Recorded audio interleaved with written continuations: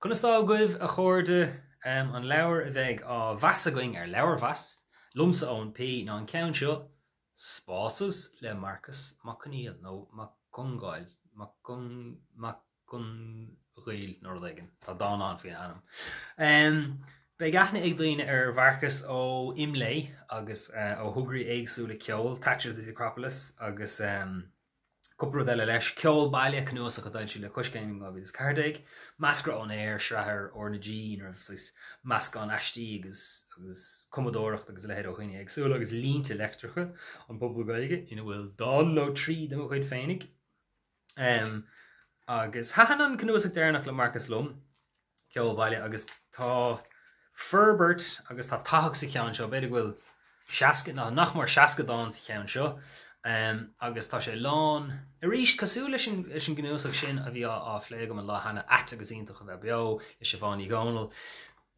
Pléan Marcus le WhatsApp agus le hidirlín agus le rudí nua aimsire agus ábhar aimsithe agus rudí tá an a bha agus tá annach raim ag ar an dúchas freisin a chairíonn go mór leis na dáanta. Ní cín is mó a hainlumm, tá cúpla ceann tá soachta ó riar an ceann túam agus beidir go sé seo feiceigh daoine ar Facebook hana nó áiteigh ar lína hana agus tá crut na crisise le feiscint is dána láidir an na tábhachtach é sin.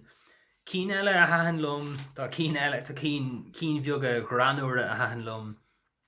léas an cnúsach ar fad iné is dóilm. Agus mé ar achastíofna agus an trígur áirigla mé dhéanamh nagur agus an fón sa bhaile agus sin rud a bhfuilín do ghaoine. Ach tá rudíonn seo faoin tic chorm sin a WhatsApp agus ag imeacht amach sa chibarspás agus an íorsnáb sean sa chibarspás nó dinge faoi mhicrit leis nó aistear idir rách rán cumarsáide curtha de ach gan a bheith tríon tánathe. Tá tic single amháin hí inis a léiríonn gur seachadach í ar an bhreastalí agus cáil an dartic.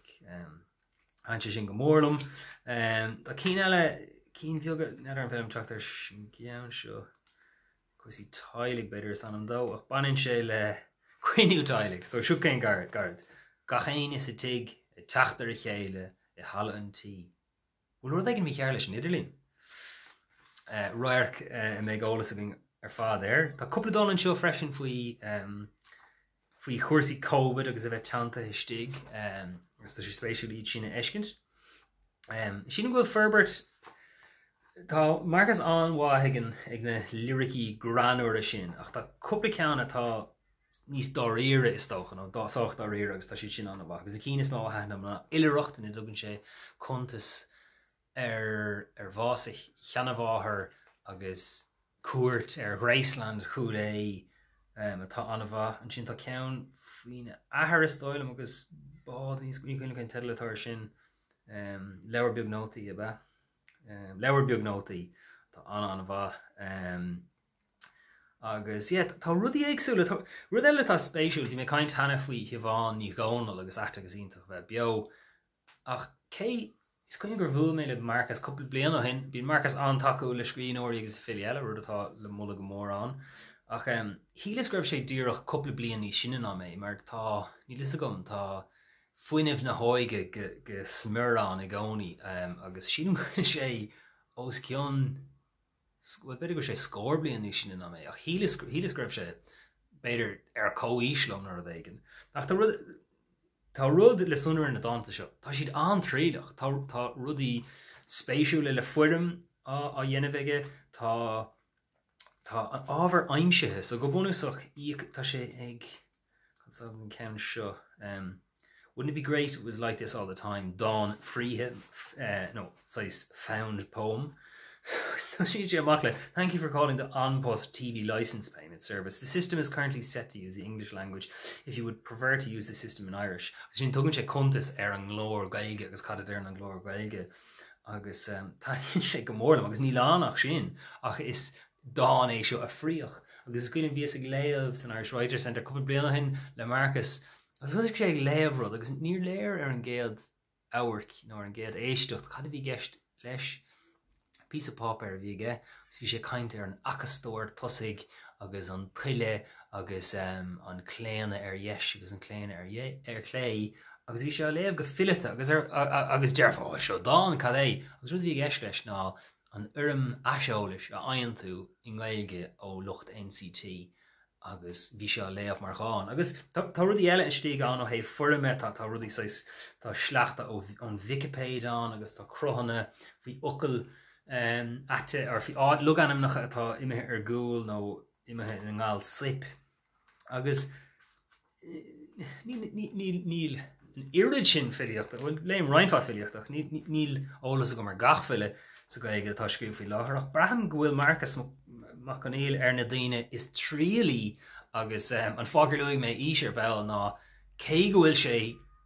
is tócha go marthaítar ar mar ile uair nó ile measar nua nó scríóir nua ach níl sé có nua sin ach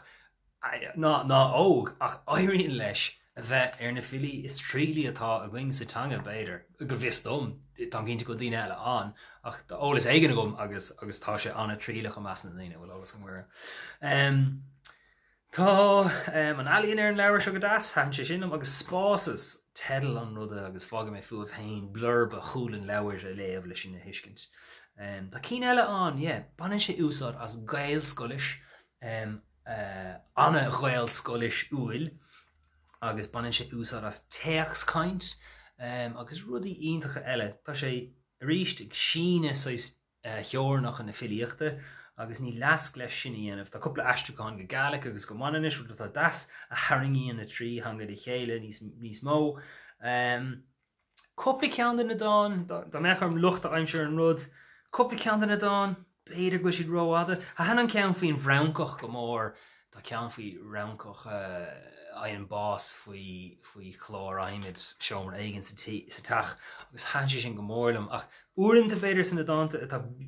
atá fada beidir go bhéh fá beagání na bhaintasta nó rud éigean mar sin dhéanamh ach tá lom rudí nua